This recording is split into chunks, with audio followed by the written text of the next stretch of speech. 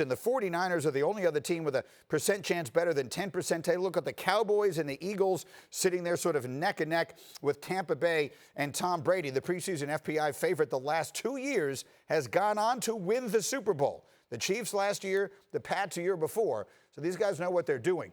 Let's talk about the Cowboys here. Domonique Foxworth, the Cowboys listed as the 5th best chance to win the Super Bowl and ahead of the Philadelphia Eagles. What do you think?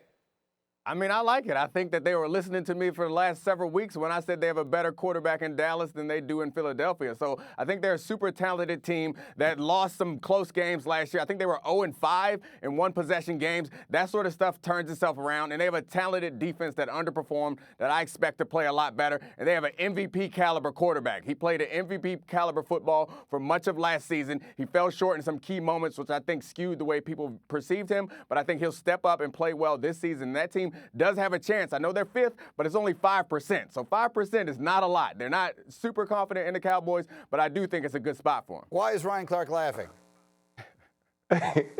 Cause man, I love Dom. I miss my dog. I miss being in the studio with him. He is going to die on this Dak Prescott Hill with a number 4 tank top jersey on because he wants his guns out because he really believes in this guy. I mean, it's just crazy to me. And I thought we went through this last year. I remember last year leading into the season, many people were picking the Dallas Cowboys to be their NFC representative in the Super Bowl. And I was like, dog, pump your brakes. This team's ceiling is 10-6. And I don't necessarily know that they've done enough amongst some of those teams that they were lumped in to just be put ahead of them, to be put ahead of Tampa Bay when that's a team that wins 7 games, the Cowboys win 8, and they have improved vastly. And I just don't think the Dallas Cowboys have. I don't think the Cowboys can beat the Philadelphia Eagles. I picked the Philadelphia Eagles to win the NFC East. And not only are the Cowboys not my 5th team overall in the NFL, they're not my 5th team in the NFC. And so to me,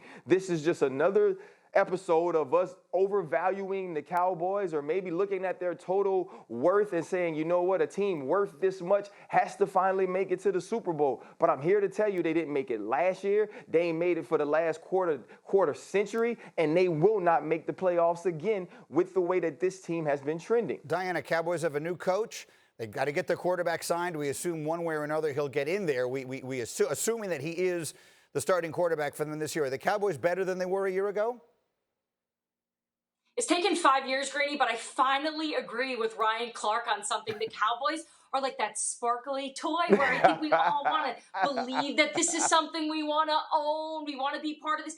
They had a great draft. They really did in terms of giving Dak more weapons. But that second part of that defense, that secondary, they finished 25th in turnovers last year, and they lost Byron Jones now in this offseason. So defense is still going to be a major issue. And I'm always going to be really hesitant, Greeny, when it comes to a brand new head coach coming in. And with this condensed offseason, these strange times right now in the league, I just think it's going to be a difficult transition for Mike McCarthy and Dak Prescott. Yes, they have tons of weapons, but why are we ignoring the Eagles? They have had consistency and injuries after injuries after injuries. They can't have any more injuries this year. It can't happen again to Philly. So as much as I think the Cowboys could be good, I'm with Ryan Clark. They got to get through the Eagles first.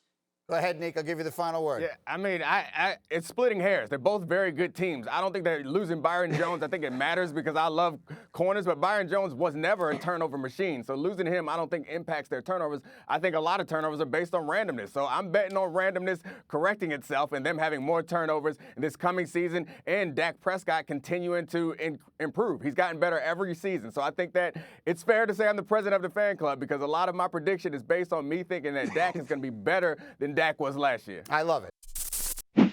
Thank you for watching ESPN on YouTube. For live streaming sports and premium content, subscribe to ESPN+.